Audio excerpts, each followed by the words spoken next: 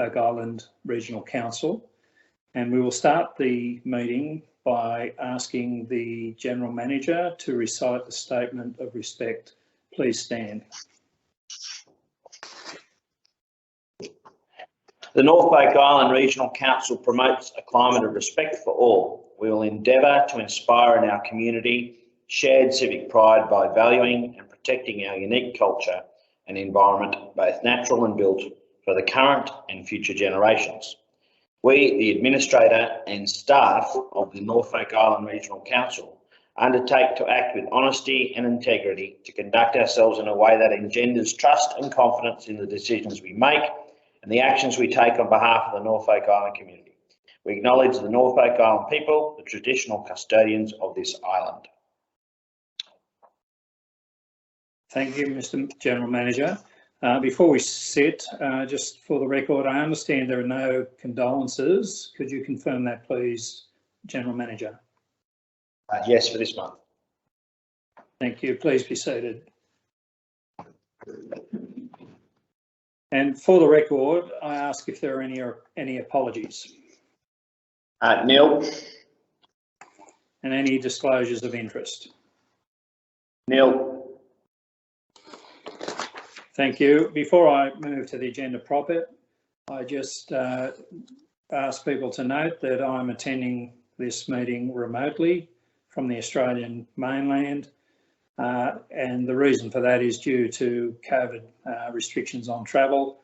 I'm not able to make it to Norfolk Island for this meeting.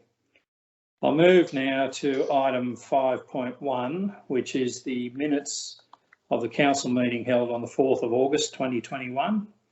Mr. General Manager. Mr. Administrator, the minutes before you held for the meeting on the 4th of August are a true and accurate record.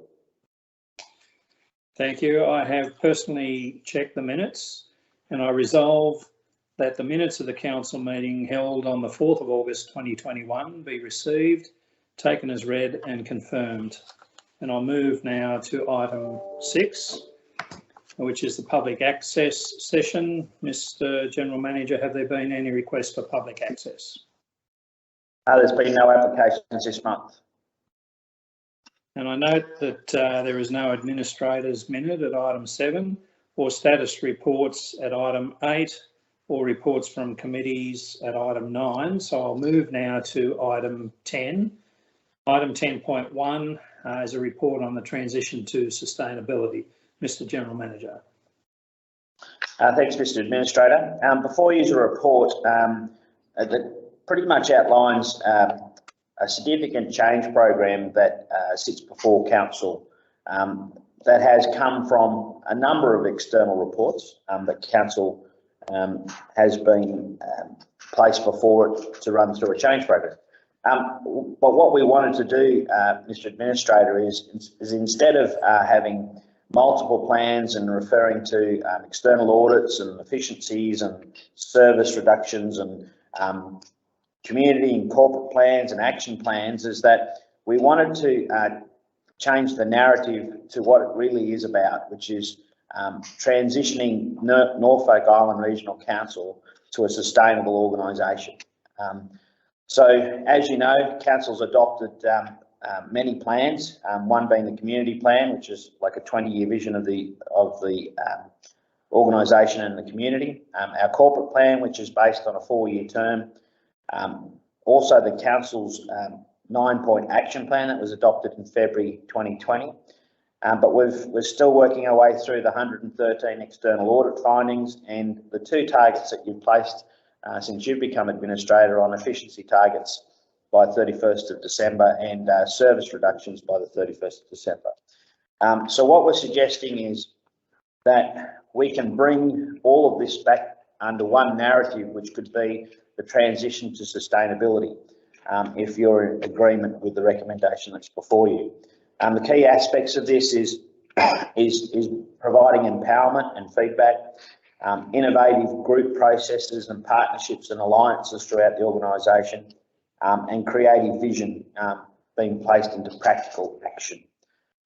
So that's what I placed before you, is trying to align our many change programs, which no doubt will also be added to once the Minister considers the public inquiry. So once that is also handed down, that'll be another amount of considerable change. So what we're trying to do is pull together into one narrative, which is hopefully being the one banner, which you agree with, being the transition to sustainability. Thank you, Mr. General Manager. I think establishing a narrative that describes in just a few words the direction in which Council is attempting to head, that is towards sustainability through a transition process, is a good and apt description for what is going on within Council, and it certainly has my support. So I resolve that Council adopt the transition to sustainability platform to aggregate the change programs adopted over the past 6 months and into the future. Mr. General Manager, I trust now that Council will be promoting these change programs under that badging or that banner of transition to sustainability, and that it will get coverage in the newsletter as the various initiatives come forward. Is that your intention? It certainly is, Mr. Administrator. There's several reports that follow this one, which is along those lines, and we would be bringing that into the same narrative of transition to sustainability, and we would definitely be providing that information update to the community through our next newsletter, which is due in the middle of this month. Thank you. I'll move to item 10.2, which is a report on the organisational restructure, people and culture. Mr. General Manager. Mr. Administrator, before you is a report that I've been considering for a number of months now. Council's manager of people and culture had resigned his position back in January of this year, and since then we've had a number of other resignations from positions within the people and culture division of Council. We've had a number of assessments undertaken, not only by our existing managers that are within the organisation, but also received some external advice from a HR consultant that came to Ireland for a period of about 8 weeks and made an assessment. What we put before you is a more refined approach to HR. Council is wanting to maintain at a local level a human resource officer, so someone who has broad skills and a bit of a generalist in HR to be on the ground to deal with the day-to-day challenges. But payroll, which has been a significant concern since I've been here on Ireland for nearly just over 20 months now. We've had at least 3 payroll officers to my memory in 20 months, which means every time we're recruiting one, there's a recruitment cost, then there's relocation costs, there's it just goes on and on. So what we've done is we're trialling a service provision, which the vast majority of other organisations in Australia do, but they outsource payroll to an organisation. That removes a considerable amount of risk, so we don't have to find replacements for sickness, annual leave, and any other sorts of leave when you've only got one payroll officer. So we're providing that service for $30,000 as compared to the cost that normally costs $100,000 to deliver, and that's without recruitment or relocation. So there's that change. We've also got a WHS officer's position that is if we require specific things, we can engage contractors for specific targets. But at the moment, we have the majority of our policies in place. We've got a WHS inspector, which is funded by the SDA, so there's no need for us to have a second WHS officer. And finally, the manager's position. Whilst we had the manager here and he made considerable change, including a new enterprise agreement, which was completed in record time in New South Wales terms, in 5 weeks, but he also put in a number of other things such as Tarpilli, the salary and wage structure, which we really didn't have, and a number of other human resource policies. So a large chunk of work was done during that time, and we don't envisage any significant strategic work required for the next 12 to 18 months because of the change program going through. So I'm recommending to you a number of positions being removed from the organisation to recognise from those removal of those positions of savings up to $320,000. Thank you, Mr. General Manager. I notice that each of these changes is in line with the direction that I've asked the organisation to take in terms of producing savings and efficiencies. I see that you've given careful consideration to each of the positions before making these recommendations, and I support the thrust and the direction that you're proposing to take. I therefore resolve that Council 1 remove the positions of Manager, People and Culture and Work Health and Safety Officer from the organisational structure of Council.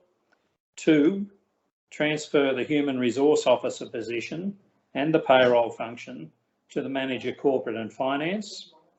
3, request the General Manager, following any further changes that may occur in the coming months as a result of the efficiency and service review, to present a new organisational structure to Council. And 4, recognise the annual savings presented in this report of $320,000.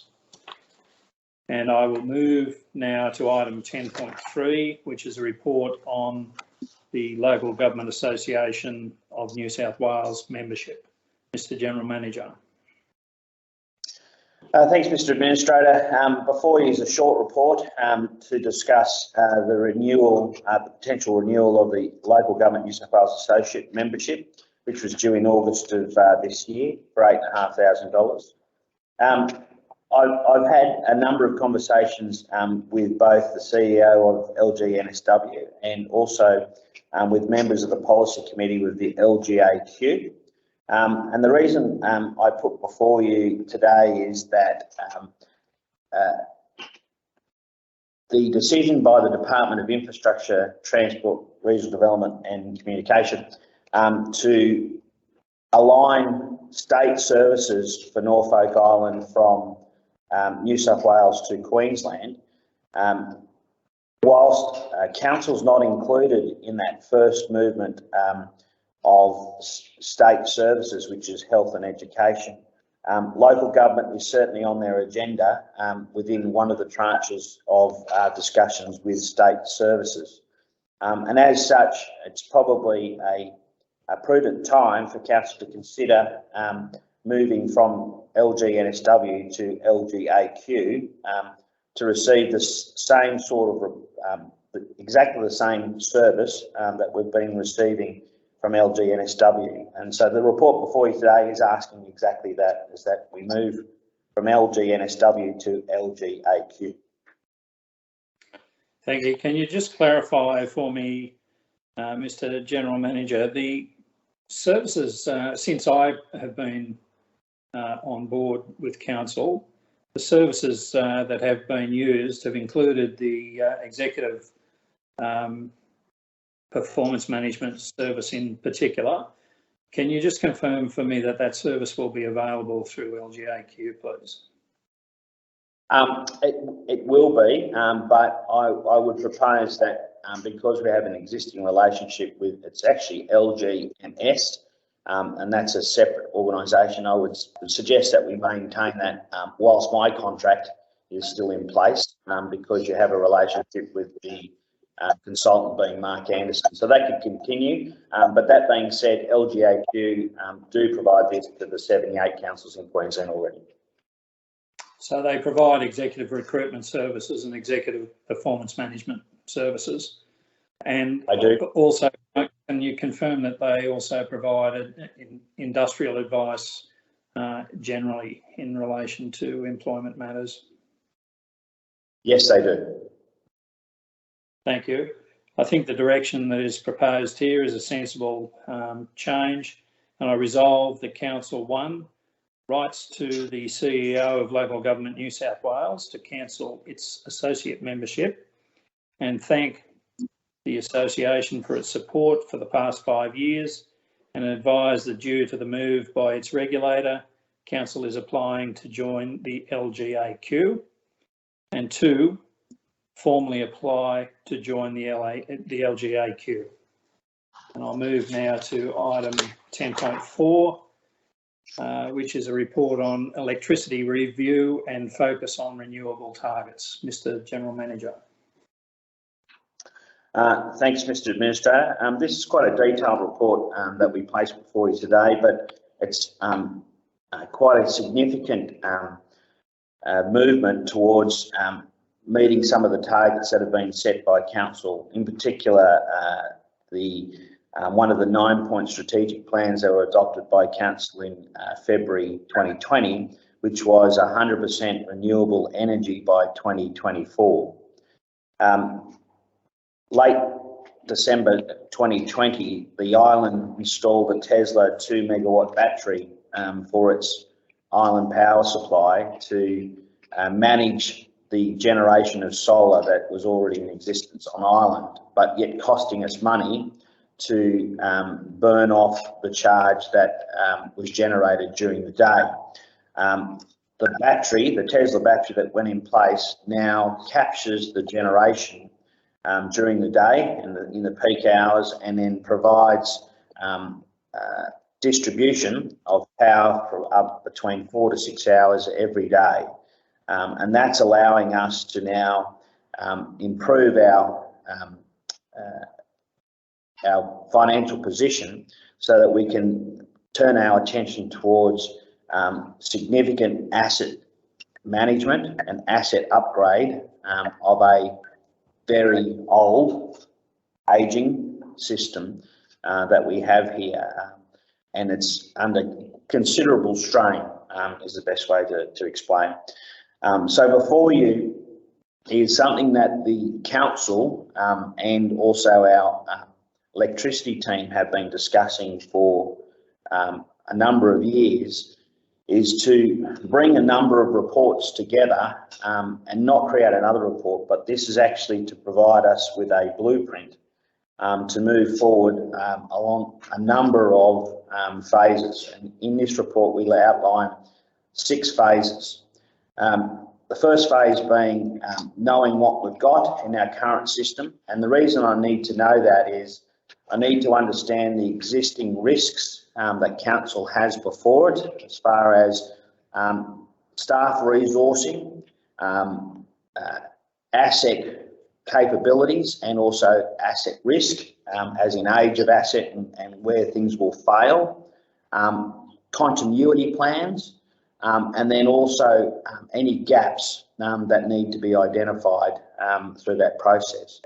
The second part will be pulling all that work together and then providing that with some stakeholder communication so that the community are aware of what we're moving through.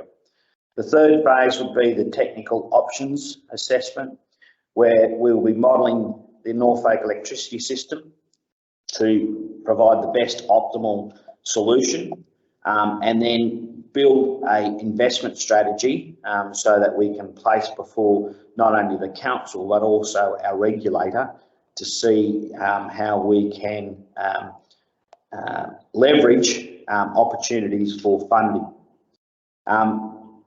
So the fourth phase is our financial options, and that's where we need quantification of the capital costs for the technical options that we adopted above, but most importantly, the tariff design.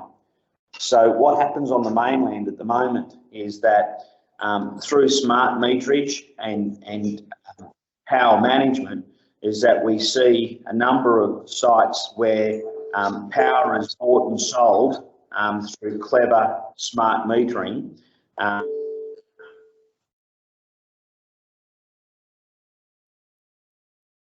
And to maximise the benefit for the network and the distribution of all systems. So that's where number 4 is quite important. And then 5 and 6 are running through, your administrative outcomes and roadmaps that need to be developed. So before you, it's quite a large project. We're saying that the 6 steps will cost about $184,000 that we need to build this roadmap so that we can take those steps towards 100% renewable energy of 2024. And I'll probably stop there and take any questions that you have of the proposal that's before you. Yes, generally I support the proposal. I just have some questions in relation to the cost. On page 35 of the agenda, the cost of proceeding is estimated, well, not estimated, but stated as $184,000. So that is what council is being asked to engage EPC technologies at that cost. Then on page 69 of the agenda, the supporting documentation, just turn to 69, there is an estimate provided by EPC Technologies, which is described as an estimate of a total of $184,000. So those two figures align, but in the report, we're asking to engage EPC at $184,000. In its own documentation, it refers to that $184,000 as an estimate. And then on page 43, I'll just turn to page 43.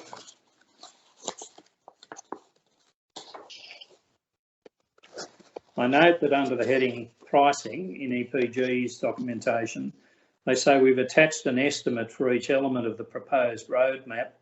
We're happy to perform 1 and 2 as lump sum assignments, but feel the remaining steps are better performed using hourly rates due to the variable nature of the scope. And then they set out the hourly rates. I'm just wondering if you could elaborate, please, in relation to your specific recommendation to engage them at $184,000 against what they say is an estimate and looks to be a quotation based on time. Yeah, thanks, Mr. Administrator. As report says, 1 and 2 are fixed price, and that's what we'll be locking those into. But 3, 4, 5, and 6 were estimates of an hourly rate, and so the figures that you see before you there, 55, 20, 17, and 50,000, are representative of hours. And I would propose that if you adopt this position, then that would be the cap that would be holding to me. So I would manage the process and the hours that are delivered by that consultant.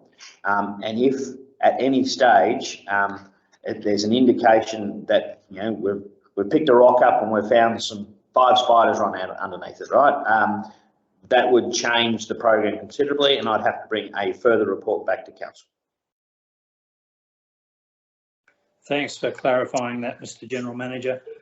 Look, I support proceeding with the program, and I resolve that council, 1, engage EPC Technologies for $184,000 as detailed in the report for the 6 advisory services, and 2, that council present from advisory service 1 to the Department of Infrastructure, Transport, Regional Development and Communications the business case for capital expenditure support for additional batteries and generation to hasten the renewable energy program adopted by council. And I will move now to item 10.5, which is a report on council resolutions review from December 2020 to June 2021. Mr. General Manager. Thanks, Mr. Administrator. Before you is a regular report that comes to council, just to show the progress that we've made across the organisation in finalising resolutions of council. There are a number that are outstanding that are not highlighted green. They're the ones that are white. And I'm happy to take any questions from you, but it's just a standard admin report. Thank you, Mr. General Manager. I appreciate the preparation of the report. There are a number of items that I'll have questions for you in relation to those, but I'll do those offline. They're really, it simply matters about the administration of some of the outstanding items. I won't take up the time of the council meeting to deal with those now. So I'll resolve that council notes the progress of tasks from resolutions adopted by council for the period December 2020 to June 2021. And I'll move now to item 10.6, which is your report on the development of information and communications technologies services. Mr. General Manager. Thanks, Mr. Administrator. Before you, a report today that again aligns with our transition to sustainability for the organisation. ICT is the backbone of most of the change programs that are required for the council in the coming months. This was identified particularly by the grassroots report. They highlighted several areas that required attention. But before you today lies a report that is in essence requesting some assistance for project management. What this is asking for is to bring in some consultants that are particularly they're very professional in this area.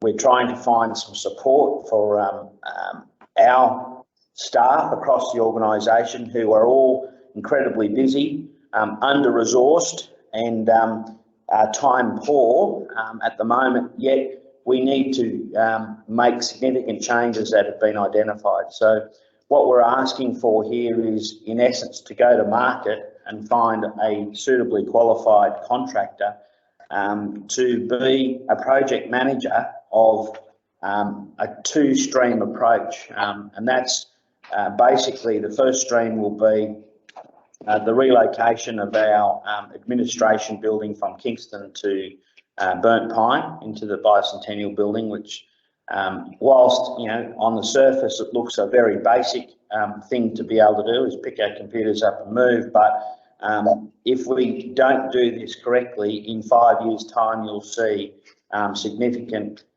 gaps in our ability to continue to change and continue to evolve. So what we're asking is for a project manager to come in and help us with that move. And then the second part is about our actual hardware and systems across the organisation. So again, engaging with a professional organisation to get the best deal for our community because they have long-term relationships and know how to negotiate for the best thing. So we would be engaging a consultant that would be representing our views and being on our side of the fence rather than our people who are resource poor trying to get the best outcome with what little time we have. Thank you, Mr. General Manager. Just a question in relation to the project time. I understand that we are committed to the Commonwealth Government to completing the Bicentennial project by March next year, late March next year. Is that correct? Yes, I've given a personal commitment to the Minister that I'll have it done by the 31st of March. So we're moving in. Right. So will this process of engaging an external contractor to help us with the, first of all, understand what the need is, then provide a specification, then deal with potential suppliers, will that delay in any way the meeting of that target date to which we've committed? No, Mr. Administrator, I'm wanting to engage this contractor so that we can make that date because we're just incredibly time poor, and I suppose the manager of corporate finance could probably give a better estimation of how time poor we are in that regard.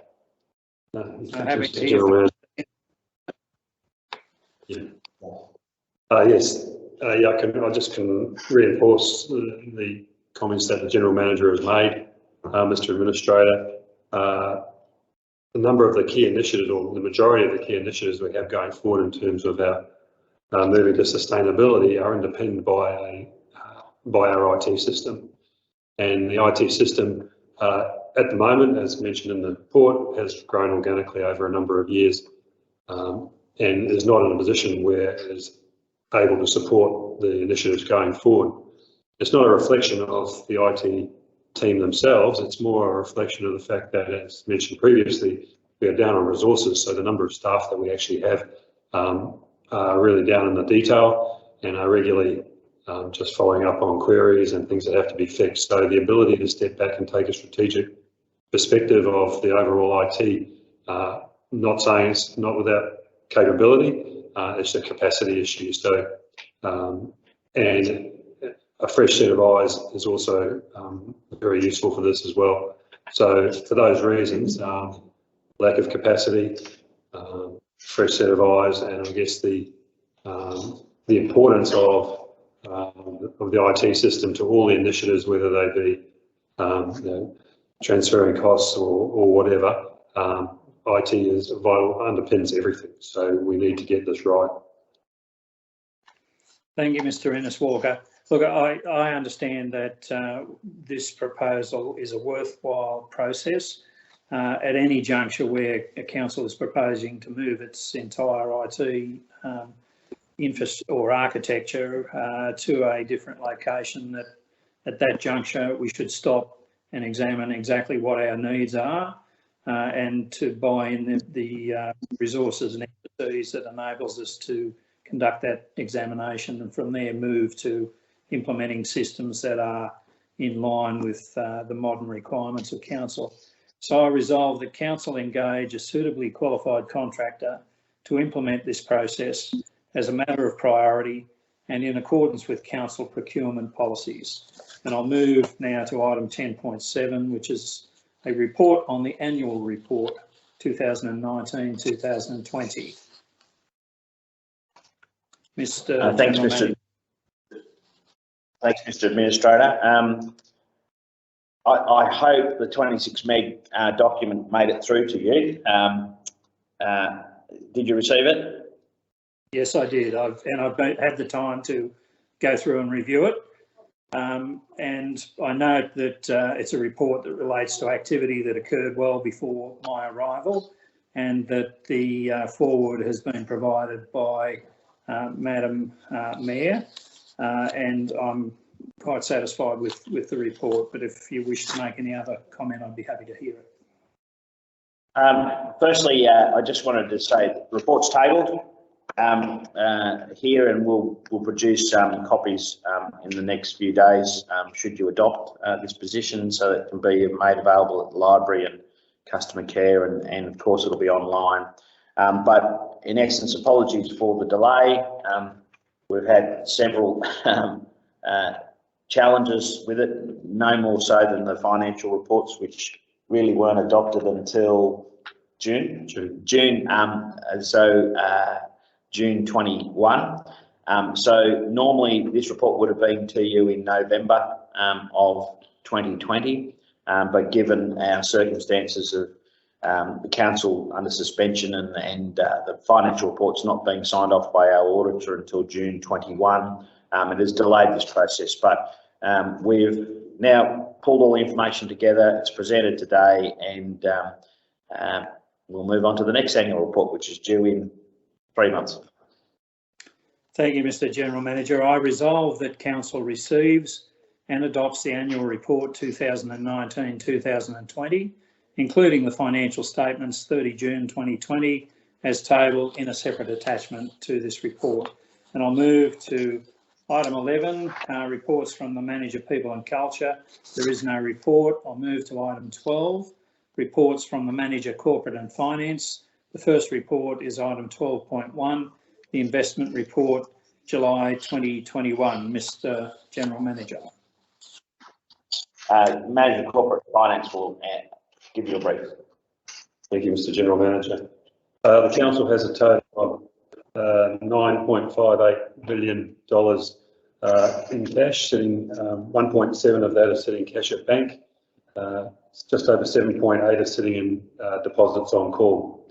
Of that, our restricted funds come to just $4.4 million, leaving us with unrestricted cash of just over $5,173,424. That represents a just over $4 million increase over the unrestricted cash that was reported in the June investment report, and that's attributable to the receipt of the first half of the financial assistance grant from the Commonwealth, together with $1.3 million from the SDA agreement, and also just under $600,000 from stimulus funding. So we've received a significant amount of cash in July, giving rise to that increase in our unrestricted cash. Those funds, of course, are, especially with regard to the financial assistance grant, are monies that are to underpin or subsidise the council's operating costs during the whole financial year. We also Thank have you. Oh, sorry, I thought you were finished, but go ahead. And I was just going to say we have another $648,000 sitting in trust for legal aid and the deceased estates.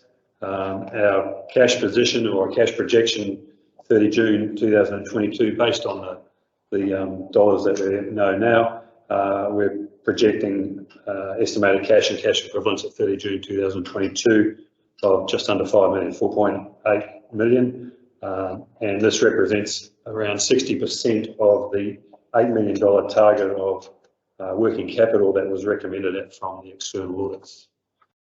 Thank you. Thanks, Mr. Ennis-Walker. I must admit I was surprised when I first saw this figure, and I did make some inquiries, and you have explained that the reason for the leap in unrestricted funds is the additional, or not additional grants, but the early payment of grant monies, predominantly from the Commonwealth, and so that certainly explained why that figure increased dramatically from the 30 June figure that was previously reported. So I'll resolve that Council notes the investment report for July 2021, and I'll move to item 12.2, which is the regular passenger transport fees 2021-2022. Mr. General Manager. Again, I'll get the Manager of Corporate Finance to brief you. Thank you, Mr. General Manager. There was a proposed increase in regular passenger transport fees that was considered by Council at the Council meeting 7 July, Resolution 2021/83. The resolution from that meeting was that the draft airport fees be proposed at a level that runs the service at break even after allowing for depreciation in the 2021-22 revenue policy, and that apart from the airport, which will be stated above, the Council adopted the draft operational plan. The proposed 2021-22 RPT fee increase was duly placed on public exhibition for 28 days, seeking submissions with a closing date of the 4th of August. No submissions were received during the public exhibition period. The proposed increase in revenue, just under $682,000, will offset the current budgeted airport operating deficit for 21-22 and enable the Council to operate the service at break even. Thank you. Thank you. I note that these proposed increases are directly in line with the request that I made in adopting the operational plan and revenue policy. So I resolve that Council hereby adopts the increase in regular transport fees from 1 October 21 as set out in the table on page 140 of the business paper, with those proposed fees being $60 for regular passenger transport services, $6 for the fire service fees, and $450 for the airport screening services. And I'll move to item 13.1, the Tourism and Economic Development Report, July 2021. The General Manager. Thanks, Mr Administrator. Before you is a report that covers areas of tourism, airline travel, some information on things that are happening at the Visitor Information Centre, social media results, and also the buy local spending spree that has run, I think, for a number of years now. It was interesting to see that there was some 73 businesses participating this year, with the total receipts received were 13,201. So total spend that we collected from that was $945,000. So that tells you there was still money being turned over during that period that we collected, which was, I think it's 1 month, isn't it, from memory? I think so. Yeah, it's a month. So anyway, I think that's the highlight of that report, and happy to take any questions. No, I don't have any questions, just an observation that will be good to get back to times when the tourism activity is not affected by restrictions on travel to Ireland.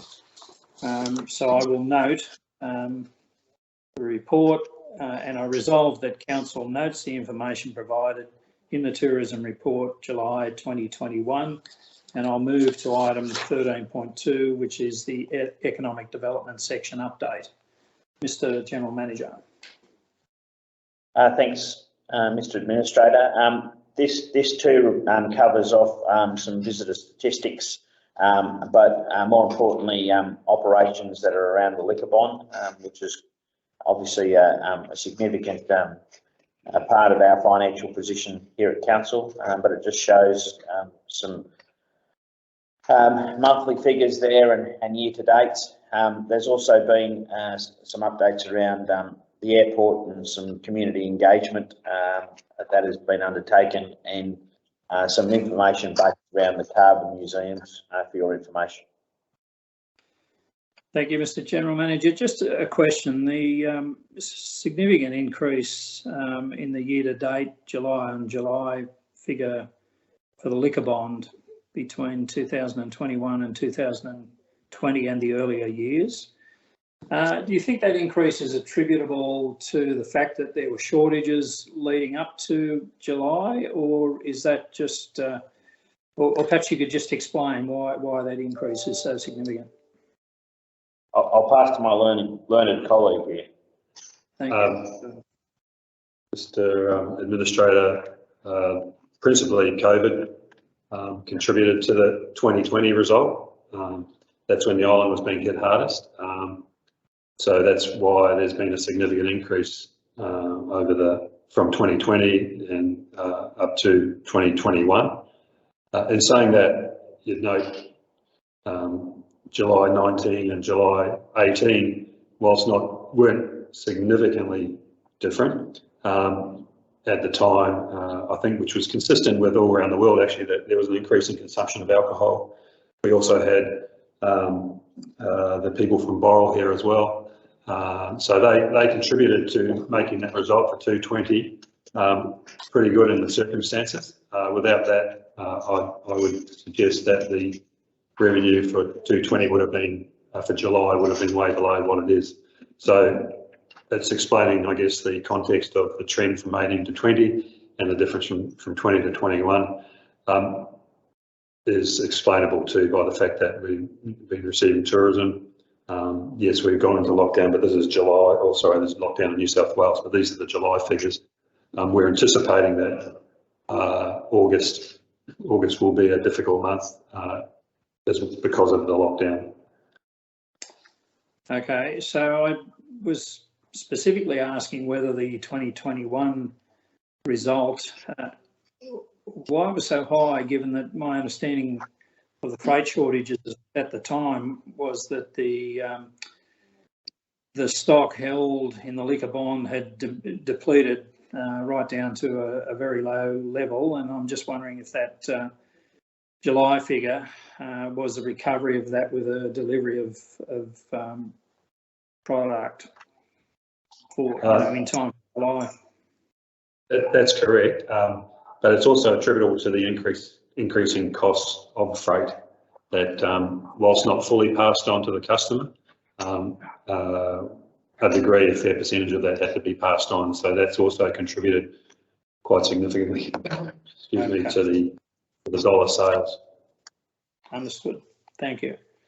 I resolve that council notes the information provided in the report, and I'll move to item 14, reports from manager services. On that, there's no report.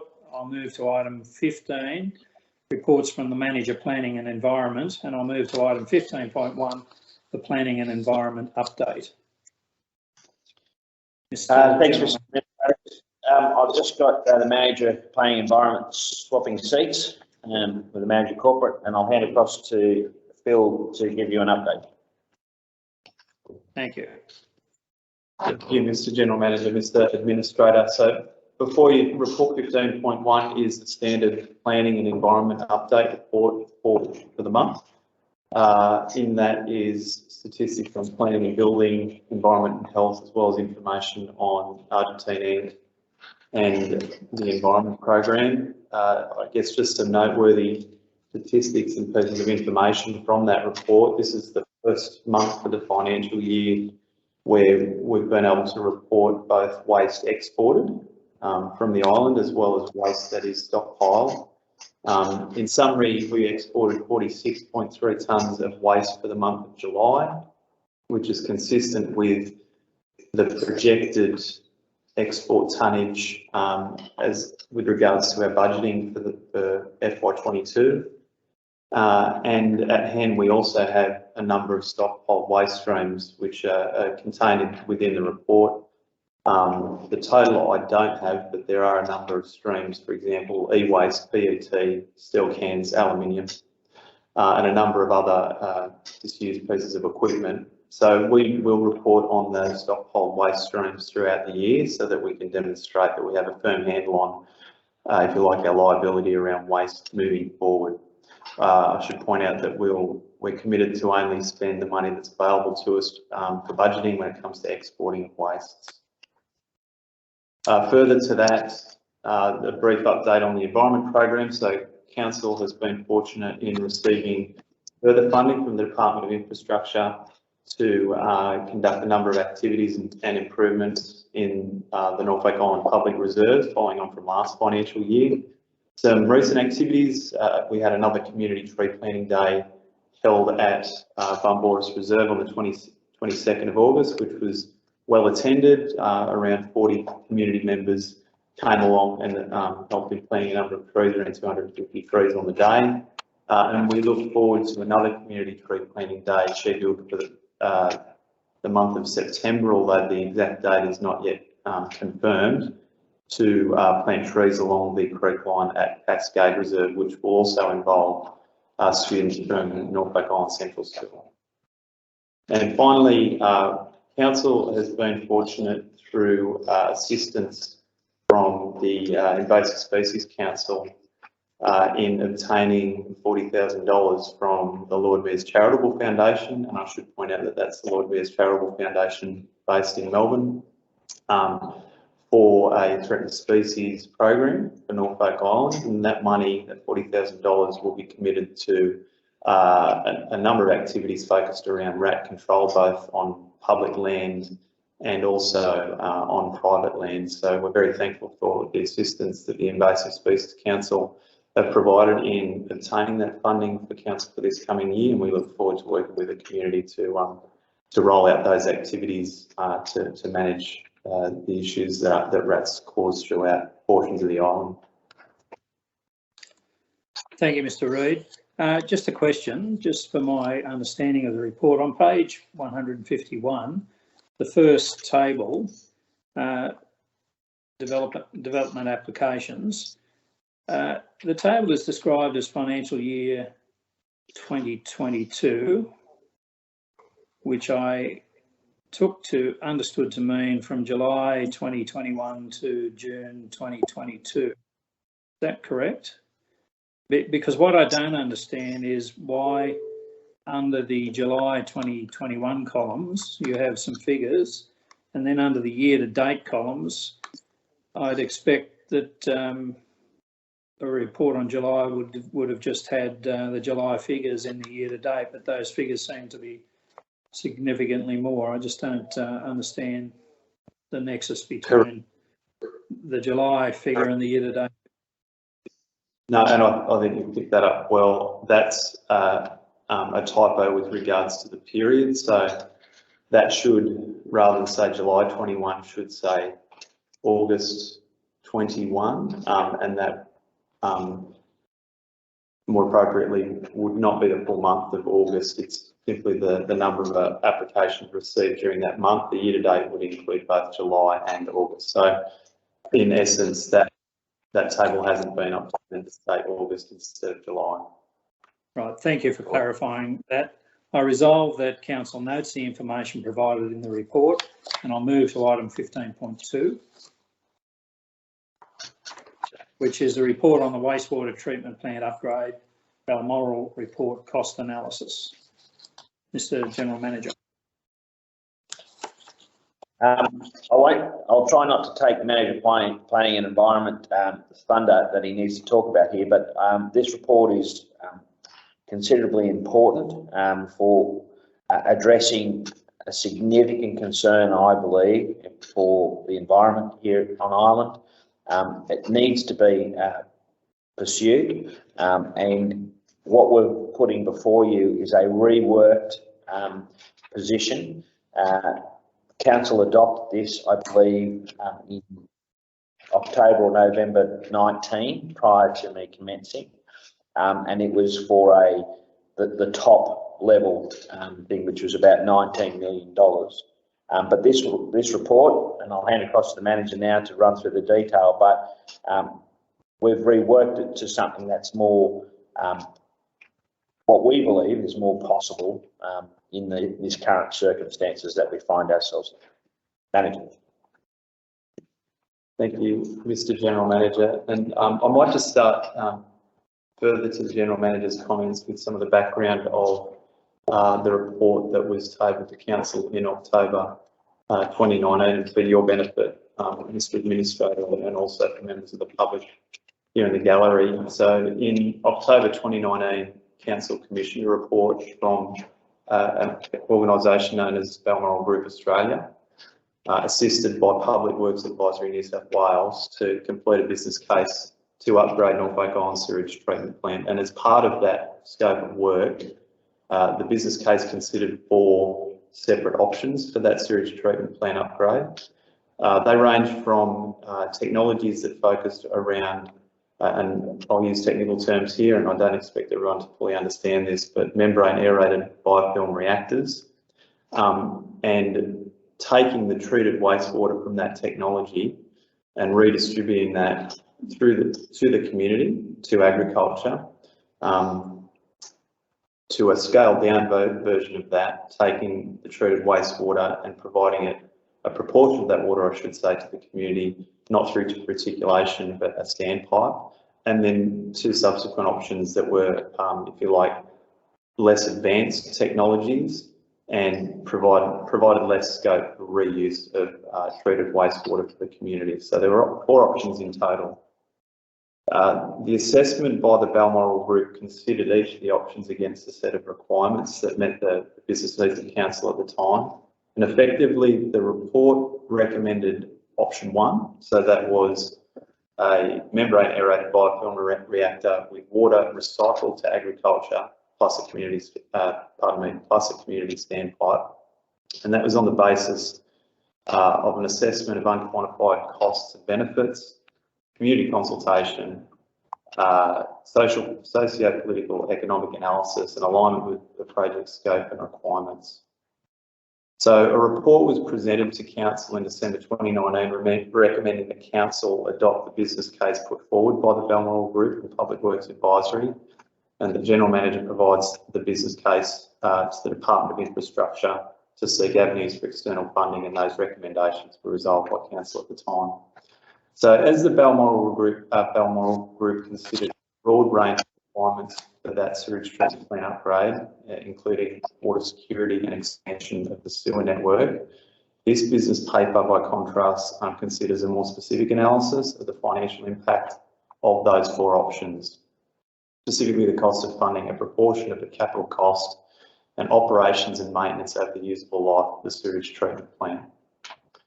So a cost analysis has been completed on the 4 options presented in that Balmoral report. The analysis assumes the operations and maintenance costs put forward in that report, but it assumes updated construction costs due to a discrepancy that was located in the report presented in October 2019. And those updated costs have been sought directly from the Balmoral Group more recently. So these figures have been used to calculate the predicted cost to NERC and therefore users of the water assurance scheme in implementing each option. And to do this, a number of additional factors have been applied, namely an annual building index of 1.6% applied to construction costs, knowing that those costs were originally developed in 2019. A loan for 20% of capital costs of the infrastructure, assuming the Commonwealth would contribute 80% of the capital costs of the project. A loan interest rate of 2.02% and a loan period of 25 years. And depreciation of the asset, assuming the useful life of 50 years. When those numbers are calculated, the annualised expenses for each of the options, including depreciation and loan repayments, range from $996,000 for option 1 through to $719,000 for option 4. There are some, notes that go with those calculations, and one is that based on the risk analysis put forward in the Balmoral report, that there were, options for contingency factors ranging from 15 to 40% of the construction costs, and that the Balmoral Group chose to include a 15% contingency on project costs, so a lower proportion, and that's been carried forward in these projected costs. And there is also no construction index for Norfolk Island, and so normally people would expect that a construction index for a remote location like this would represent an uplift in construction costs, and that has not been factored into these costs. Unfortunately, we don't have any firm figures to go off when it comes to that. So further to the above costings explained, an analysis was conducted to understand the impact of the various options on water assurance fees. And to summarise that, the change in base unit resulting from those costs for each of the 4 options ranges from an additional $35.42 for option 1 through to $16.77, through to $12.93 for option 3, which is the cheapest, and that is on top of the existing 2021 base unit of $31.50. So in essence, that means that for option 1, for a standard residential user, the annual fee for option 1 being the highest would be $935, ranging to the lowest for option 3, the cheapest, of $620.40. It's also noted under option 1, where treated wastewater is reticulated to agriculture across the island. That assumes that 100% of wastewater would be reused, and by difference, option 2, which includes reuse via a single standpipe, notionally located at Headstone, that would allow for a potential reuse of 30%. So based on the likely increase in annual water assurance scheme connection fees, a 20% capital cost contribution from council to construct the upgrade of the treatment plant while maintaining sufficient opportunity to reuse treated effluent, council now proposes that option 2, rather than option 1, be pursued as the preferred option, and that external funding is sought on that basis. And it's noted that option 2 would not deliver on reticulation across the island's agricultural areas currently, but the technology would allow for island-wide reticulation at a later date. I think it's an important point at this point, Mr. Administrator, to say why we're recommending option 2 than option 1 is that the difference in capital costs in round figures is $5 million for the reticulation. Because we're trying, council's main focus here is to fix the environmental problem of the wastewater treatment plant.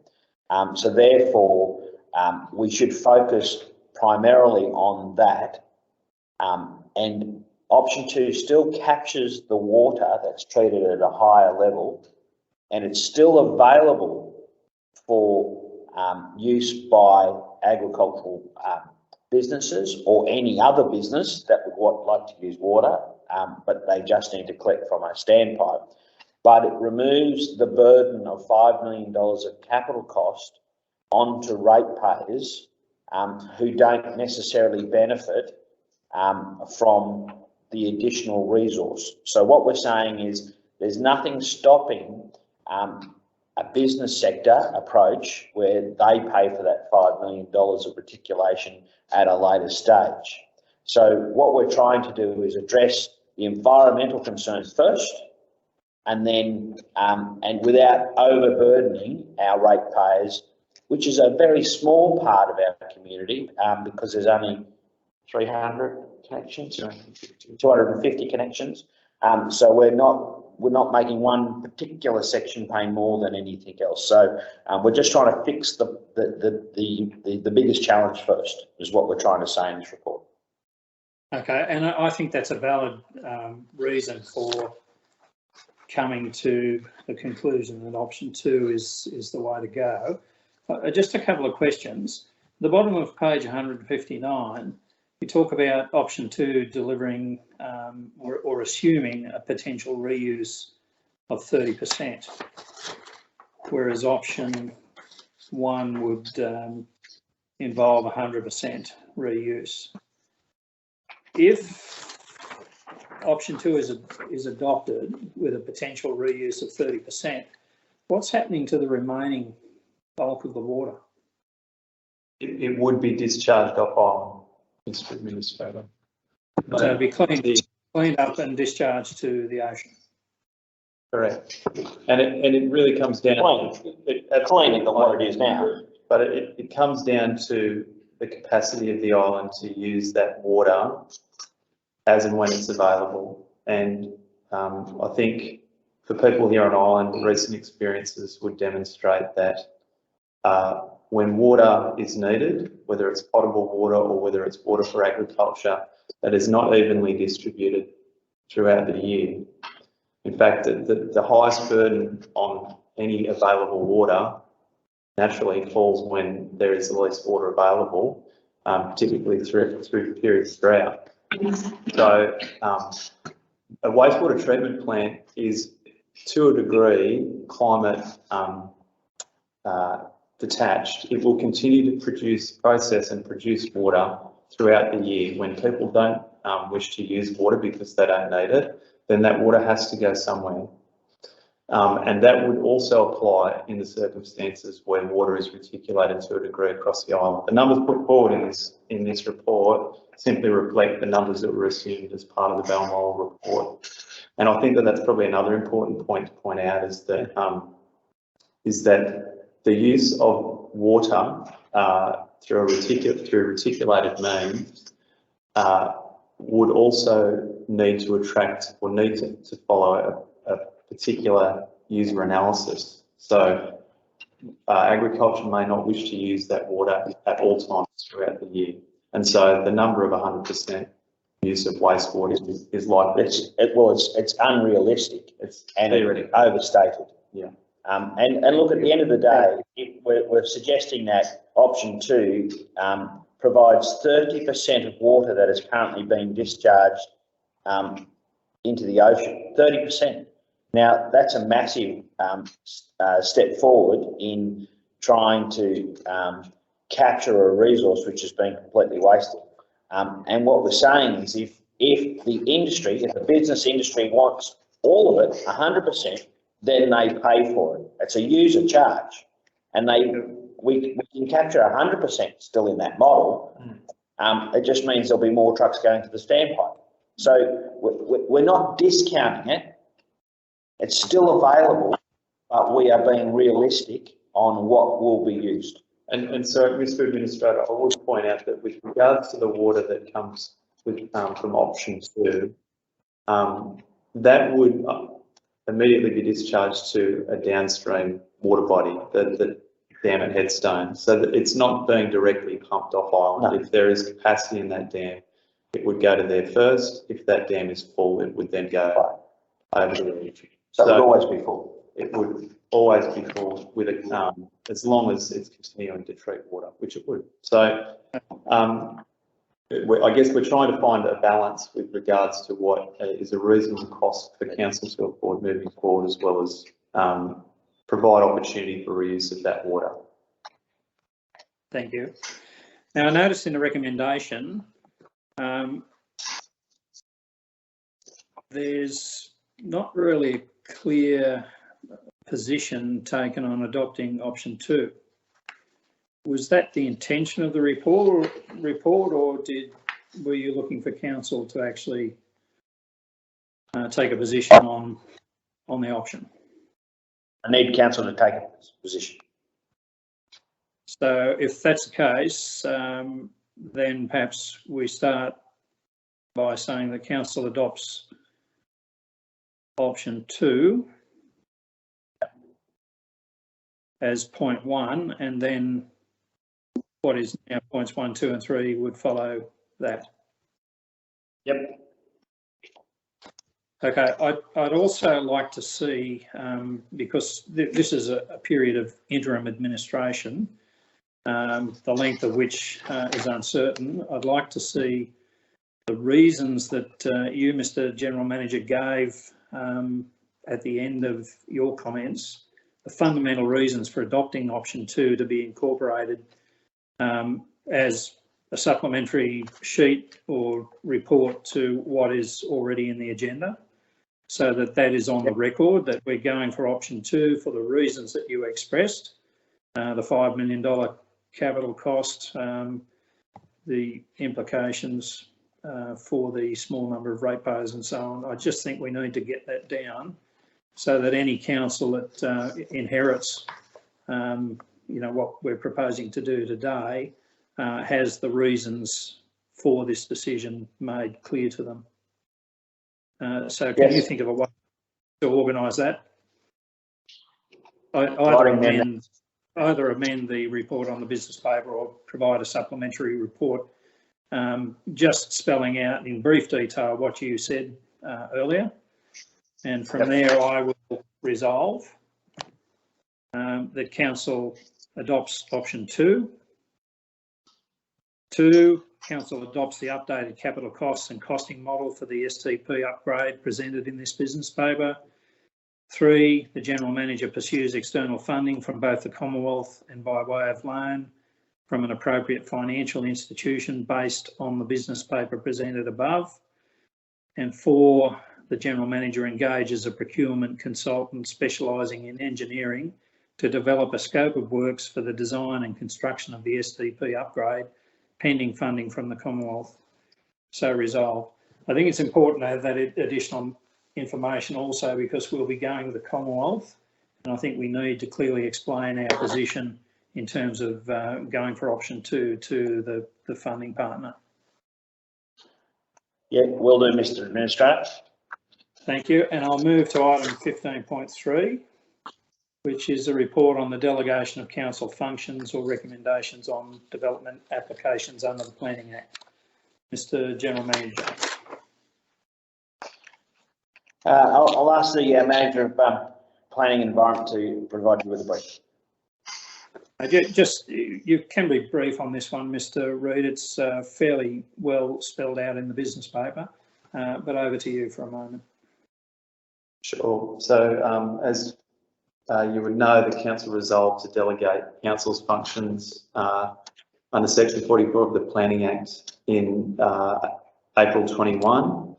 And as a result of implementing that instrument of delegation and the application of recommended criteria, it's now proposed to broaden those criteria. So I guess in summary, those criteria that we wish to broaden cover 4 main areas. And one of those is just to clarify appropriate references to the Act regarding the modification of development approvals, and also to just streamline the delegation instrument so that it refers to tables 1 and 2 as opposed to tables 3 and 4. We also propose to include broader delegations regarding minor variations and allow the General Manager to make recommendations on a broader range that seek a variation of standards and conditions under the NI plan. Regarding tourist accommodation, it's proposed to amend the recommended criteria to clarify that change of use of premises may refer to more than one residence, dwelling or unit, by turning that to a plural rather than just a singular. And the final one is regarding change of use activities within CARVA. So previously or until now, the delegation instrument does not allow or the General Manager to make recommendations for any DAs within CARVA, and the proposed update would allow the General Manager to make recommendations on change of use DAs only. So those are the 4 areas of proposed updates to that set of criteria. Thank you. Thank you, Mr. Reid. That's all very clearly spelled out in the business paper. And I'm intending to, as a matter of efficiency in the way that DAs are dealt with at Council, to adopt the recommendation with a change to a couple of words.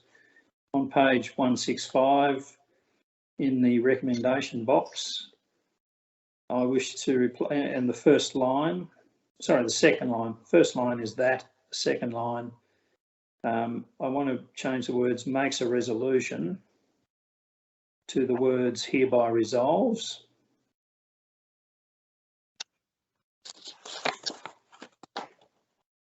So I won't read what comes in the later tables, but I will resolve that under section 3771 of the Local Government Act 1993, Council hereby resolves to delegate to the General Manager Council's functions specified in sections 44.2 and 4 and sections 57.2 and 57.4 of the Planning Act 2002, Norfolk Island, to make recommendations on development applications for permissible with consent use or development and development approval modification applications for permissible with consent use or development, and to refer those recommendations to the Minister in accordance with the conditions and circumstances described in tables 1 and 2 below. And tables 1 and 2 are to be incorporated into the minutes as printed on pages 166 and 167 of today's business paper. So resolved. And I will move to item 16.1, which is, or item 16 is the reports from the Manager Customer Service. 16.1 is the Records Program update from External Audit Finding 35. Mr. General Manager. Mr. Administrator, it's just a short report to let you know that we're commencing that work that's been identified in EAF 35, which is working towards the National Archives retention schedules and digitising. So it's just a short report to let you know that we've commenced. Thank you. I resolve that Council notes the progress to date. Just add an S to notes, that Council notes the progress to date against EAF 35, record storage and digitisation. And I'll move to item 17. I note that there are no notices of motion. There is no urgent business without notice at item 18. There are no confidential matters at item 19. There are no questions for the next Council meeting at item 20. Mr. General Manager, is there anything you wish to add before I close the meeting?